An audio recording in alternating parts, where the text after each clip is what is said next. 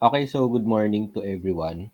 Our topic for today is about the rivet layout pattern. So, madedetermine natin ngayon dito kung ano ba yung appropriate number of rivets to be installed on a specific plate or sheet metal plate na pagkakandakan natin ng repair.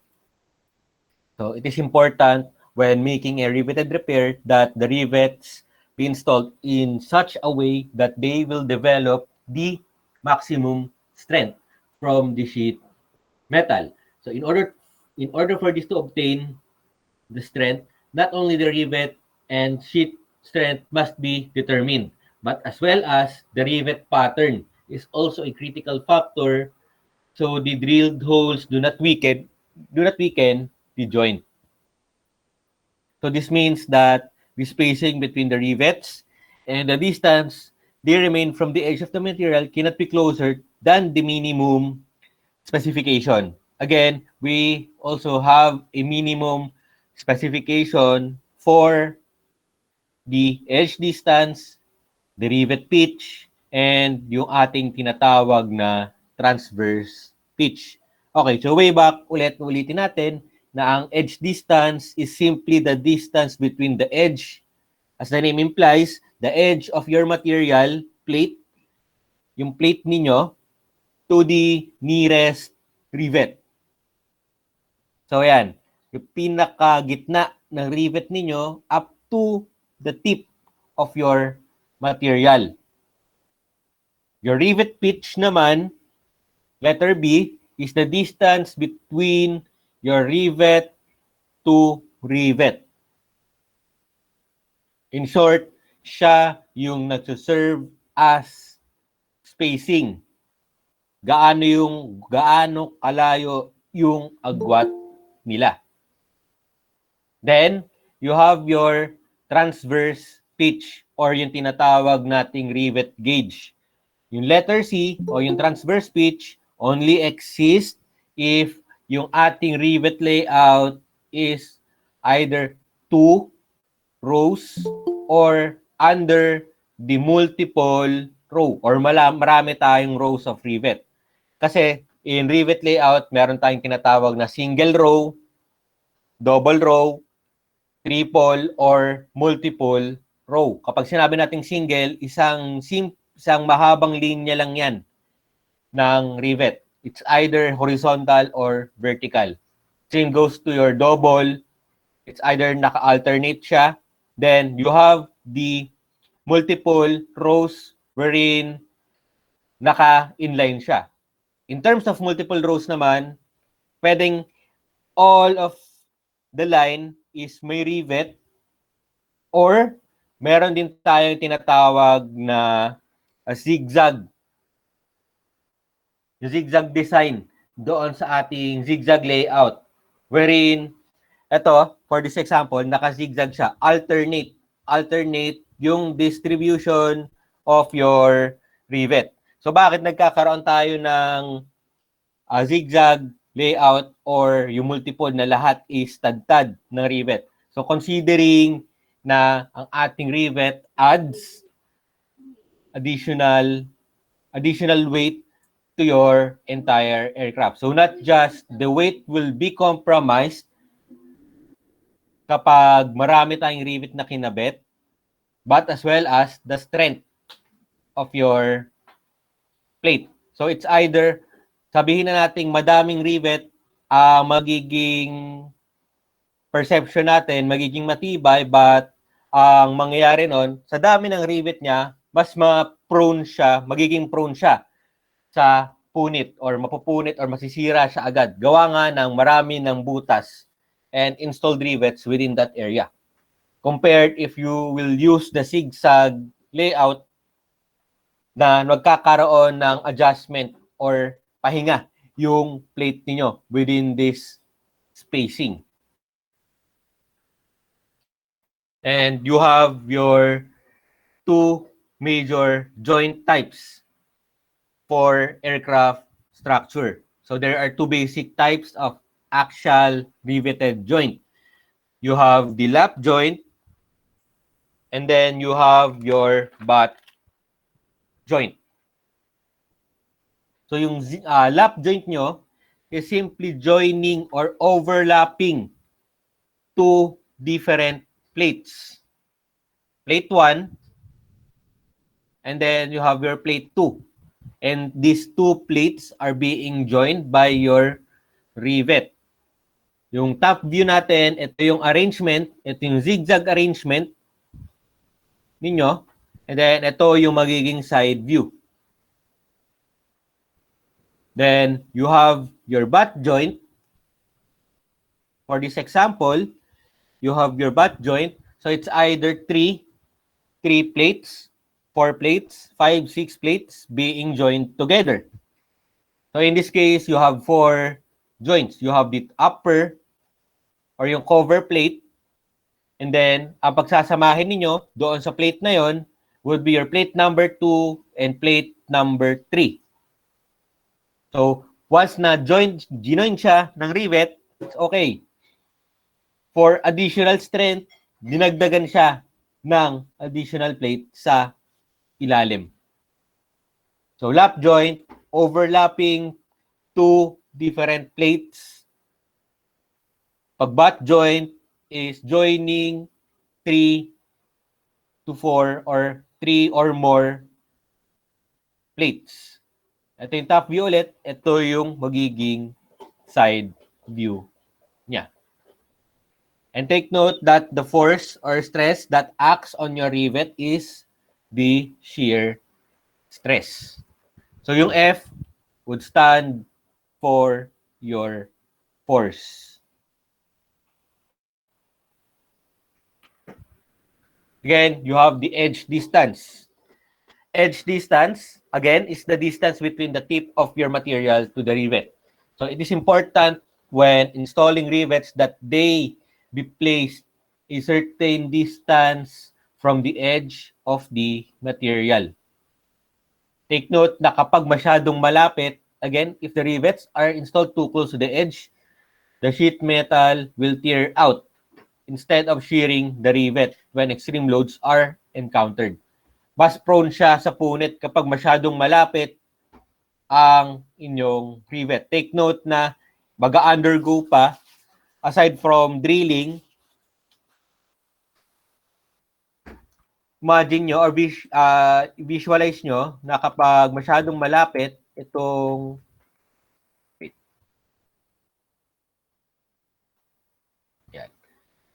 visualize nyo na kapag itong rivet ninyo is too close to the material, ang tendency nung pinaka-edge is mapunit. Sabihin na natin, hindi siya napunit during the drilling process. But if you install your rivet na and nag-undergo na siya doon sa process of installing the rivet and may force na ine-exert si rivet gun, ang tendency nito is either ma-deform or much worse, mapunit. Conversely, if the rivets are placed too far away from the edge, the sheet metal can separate, allowing FOD, foreign object damage, or foreign object debris, or foreign contaminates to enter the joint, causing corrosion. So kapag naman, again, masyadong malayo, if ma-visualize nyo, masyadong bubuka naman yung plate ninyo. So with that, meron tayong ruling na sinusunod when it comes to measuring or using your edge distance. So ang pinaka-minimum natin, take note, ang pinaka-minimum natin for edge distance is 2D. Pinaka-standardized is 2 1/2 D. And pinaka-maximum natin is 4D. Again, yung D stands for your diameter of the rivet being used. Hindi porket sinabi nating 2D, meaning 2 inches na yan. Matik. 4D, 4 inches na yan. 2 1/2 D, 2 1/2 inches na yan. So, hindi siya ganon. You have to compute or to determine yung actual minimum edge distance and maximum edge distance based on your rivet diameter. Kung halimbawa, ang ginamit natin is 5-6 MS-20 470 DD 5-6. So 5/32 yung gagamitin nating diameter. So kung magmi-minimum tayo, ibig sabihin 2 times 5/32. So ang answer doon is 0.31. 0.31 inches ang magiging edge distance ninyo. 0.31 inches. If 5/32 yung rivet ninyo. Nasundan po ba doon sa edge distance? Determining your edge distance?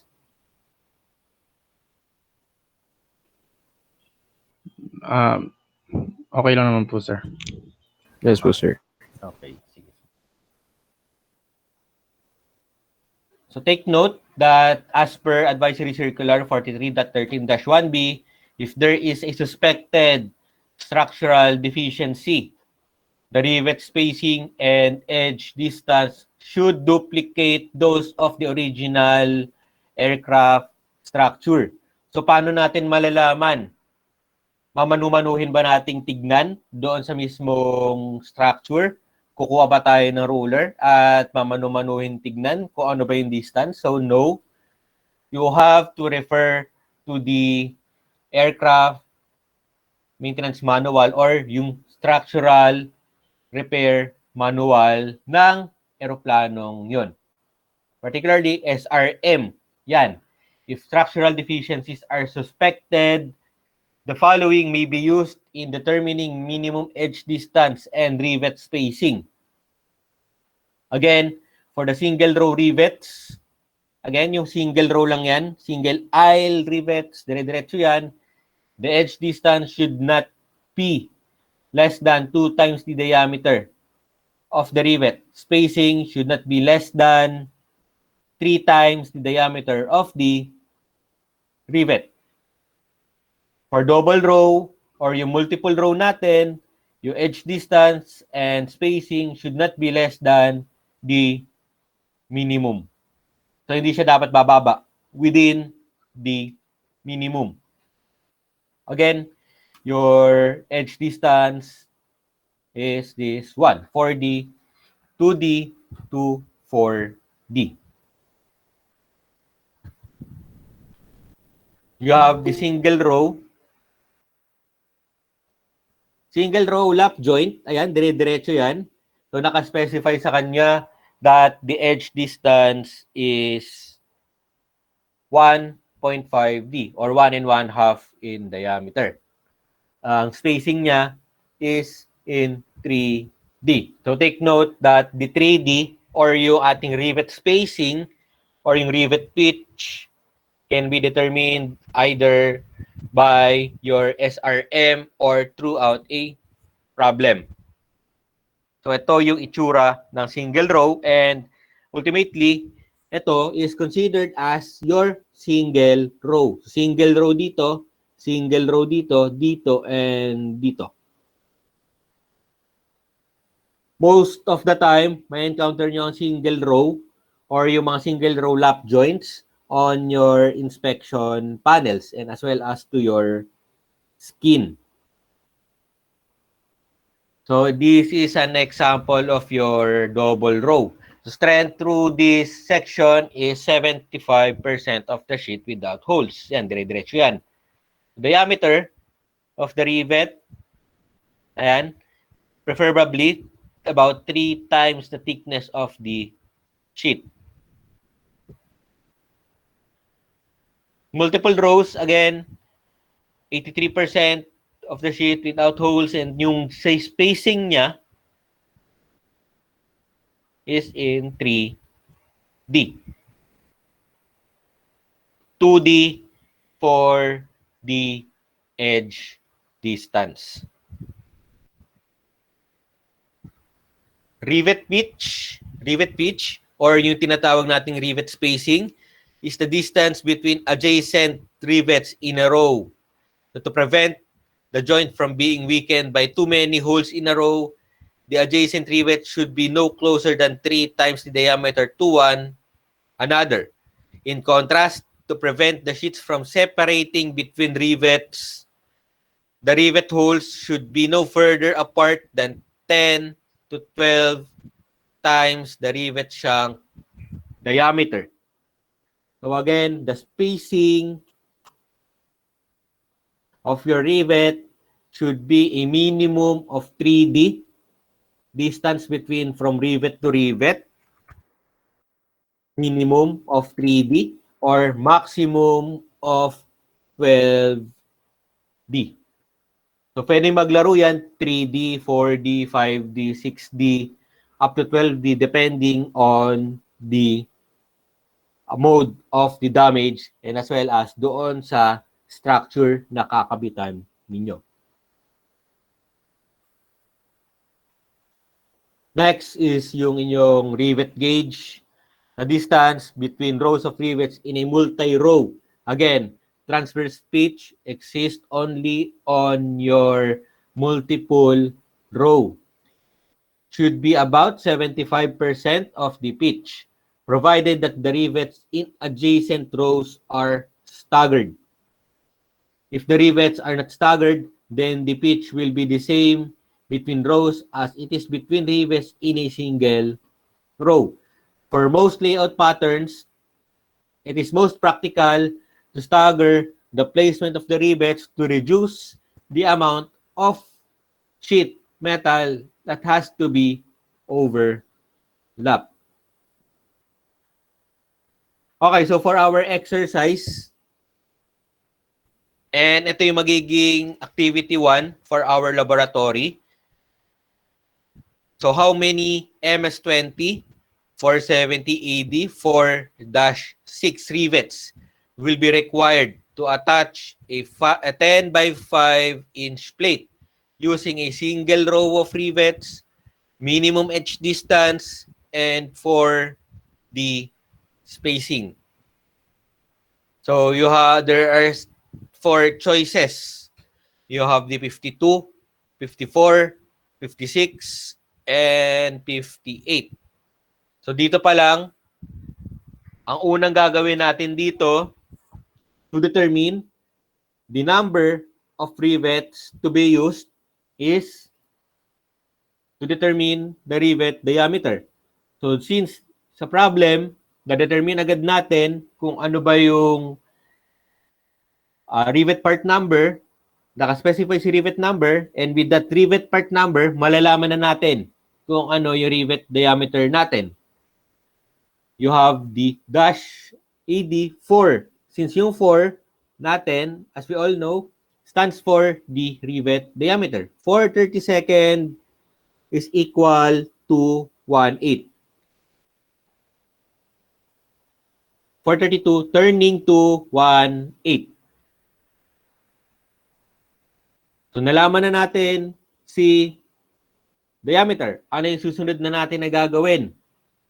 Kunin si minimum edge distance. So ano nga ba ulit ang minimum edge distance natin?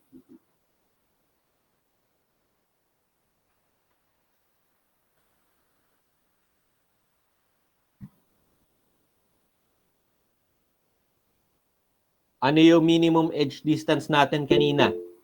2D. Okay. So 2D multiplied by 1/8.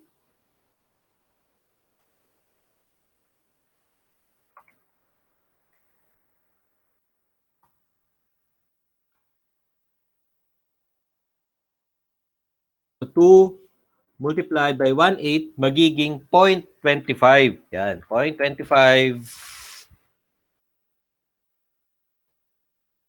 inch.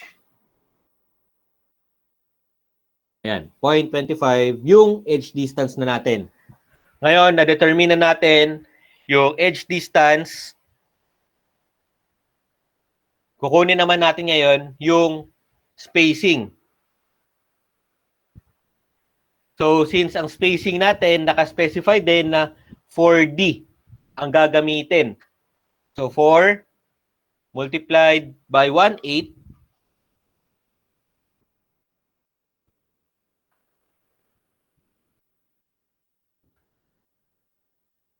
ano ang kakalabasan? 4 times 1/8.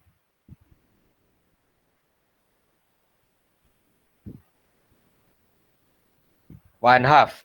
So, meaning, ang magiging spacing natin for rivet to rivet, yung agwat nila is 1/2.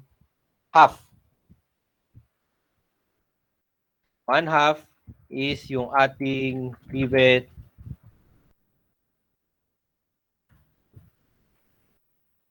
pitch.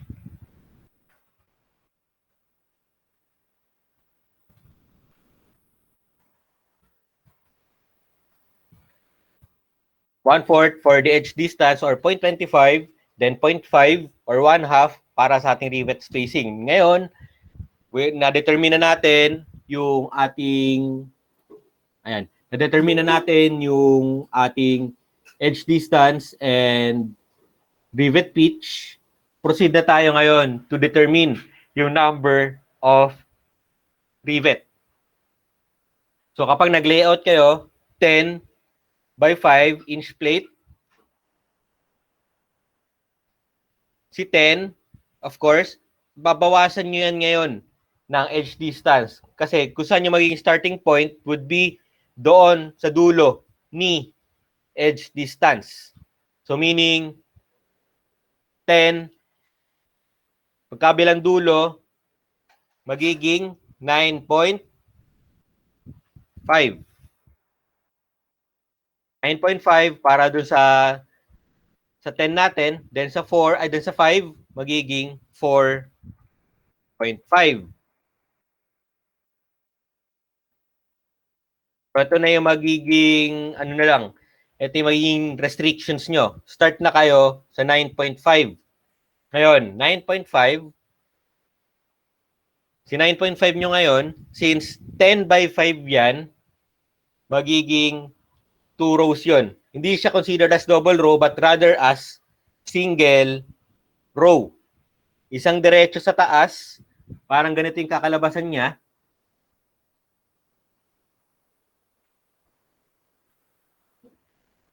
Parang ganito yung kakalabasan niya.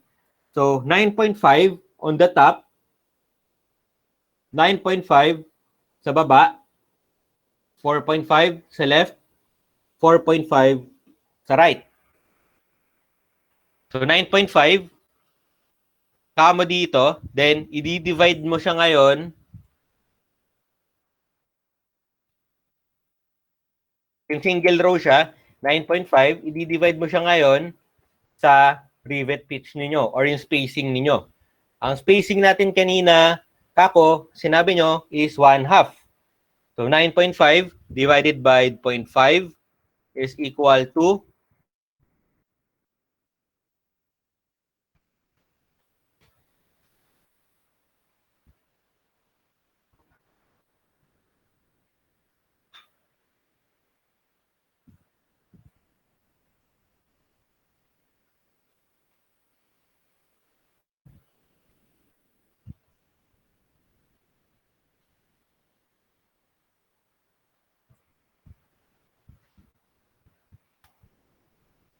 19.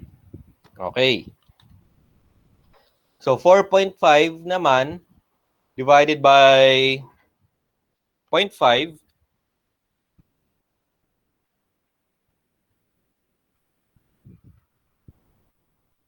9.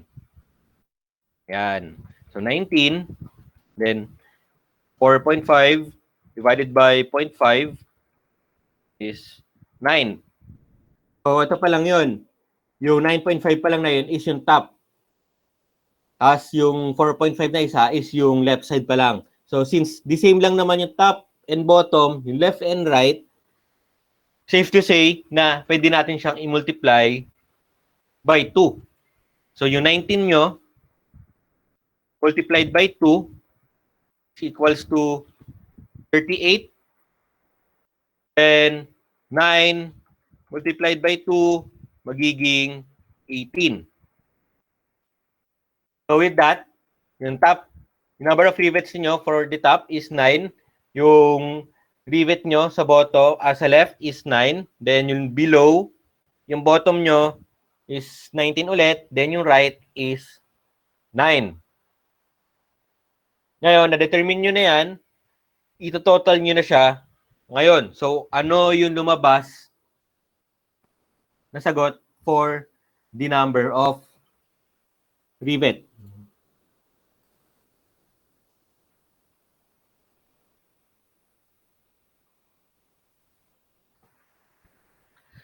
So, meaning 56. If rivets are spaced every 1/2 or yung 4D spacing, 56 rivets are needed. Letter C. Ayan. So, nasundan po ba? Sir, tanong po. Yeah. Sa minimum edge distance po, laging ano yun? Constant yung pag i-multiply natin siya sa ano yun? Saan niya po natin minultiply ulit, sir, para makuha yung 0.25? Diameter. Sa diameter po natin siya multiply para makuha yung minimum edge distance. Tapos pagka doon na po sa inch plate, laging babawasan natin ng 0.5 muna. Ganun po, sir. Yung mga problem natin ngayon is for single row muna to. Then, tama. I-ano nyo siya by 2. Multiply nyo siya by 2 if single row. Pero kung isang diretso lang yan, halimbawa, 2 lang yan, 2 by 2, ayan, do expect na kapag nilayout nyo yan, ganyan yung magiging itsura. Thank you po, sir. Ayun. So, yung dinidiscuss natin mga recently, yung tools, yung rivet layout tool, pwede nyo rin siyang gamitin to determine para ma-determine yung number of rivets. Diba? Meron tayong rivet layout tool para malaman.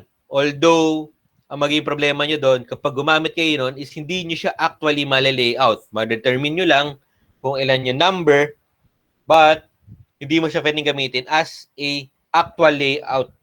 Yung makakapag-mark ka kung ano ba yung exact location or measurement doon sa rivet ninyo. So for another example, using a 4 by 4 plate,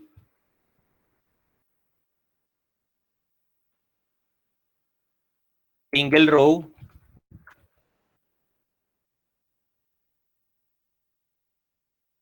MS20 470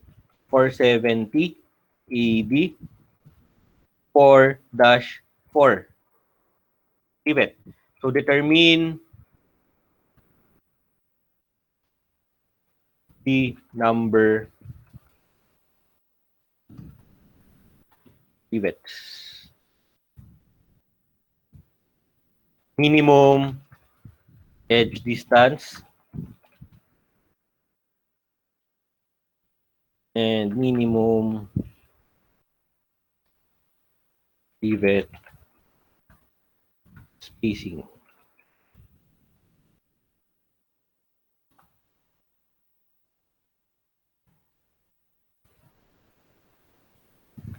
So yan. Ito yung nasa chat box, yung ating problem number 2. Determine kung ilan yung rivet na gagamitin ninyo.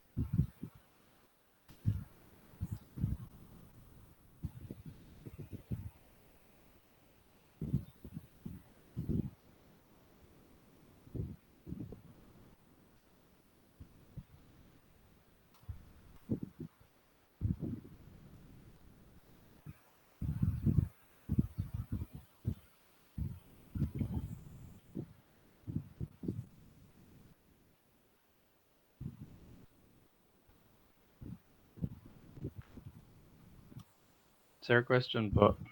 Yep. Bale po yung spacing dito, sir, hindi given na 4D siya. Bale yung console gagamitin namin, sir. Ah. Yung pinaka-minimum spacing natin. Okay, sir. Thank you po.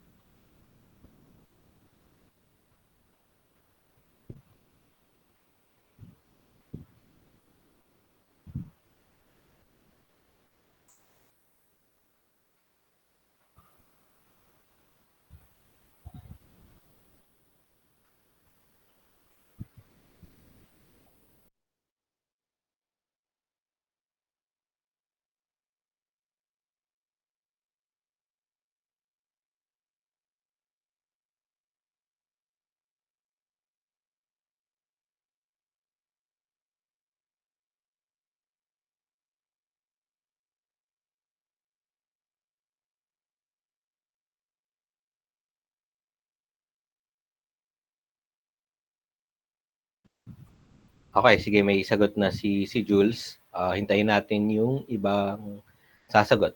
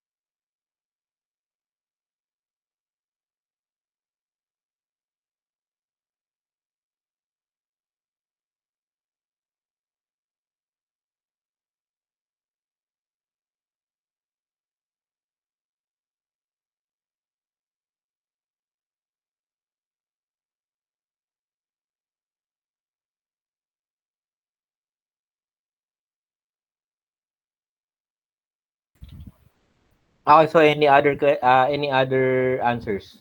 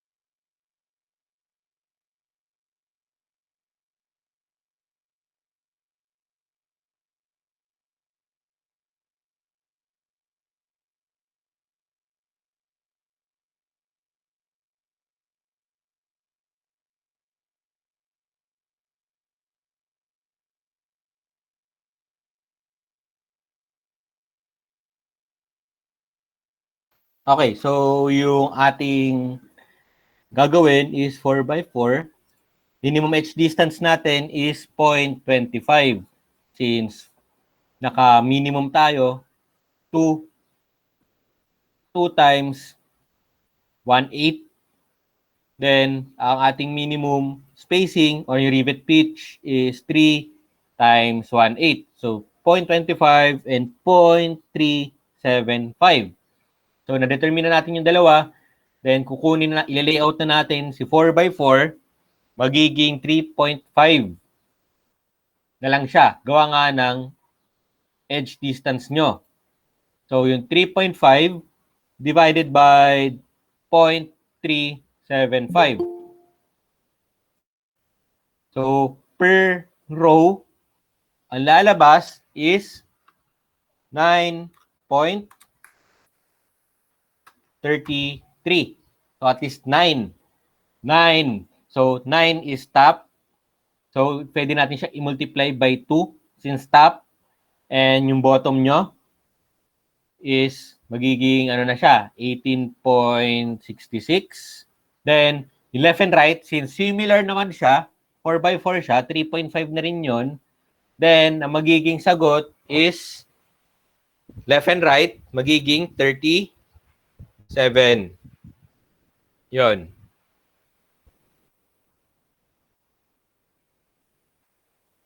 So, yung magiging activity nyo naman dito ngayon is to prove na 56 rivets are needed for this particular problem.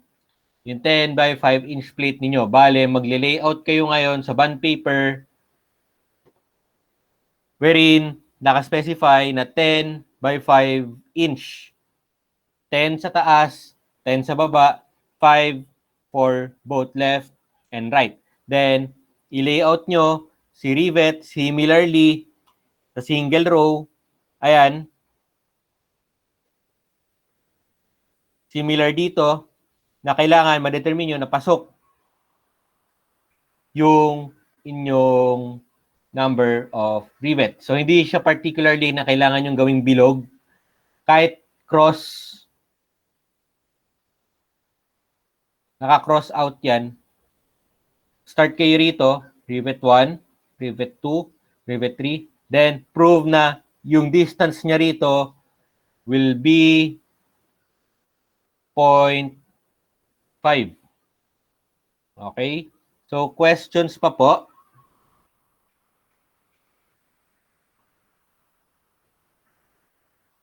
Question so far sa layout?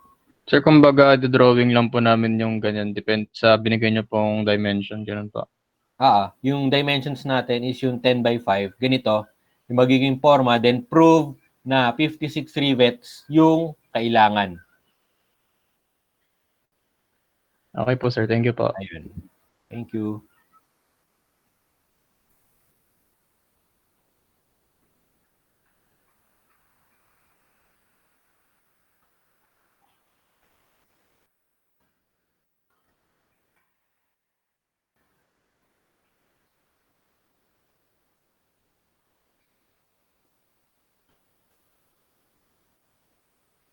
May tanong pa po?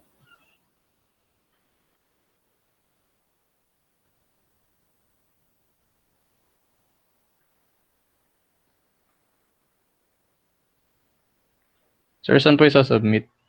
Sa Google Classroom, maggagawa ako ng submission link doon. Okay. Sige po sir, thank you po. Okay, thank you rin.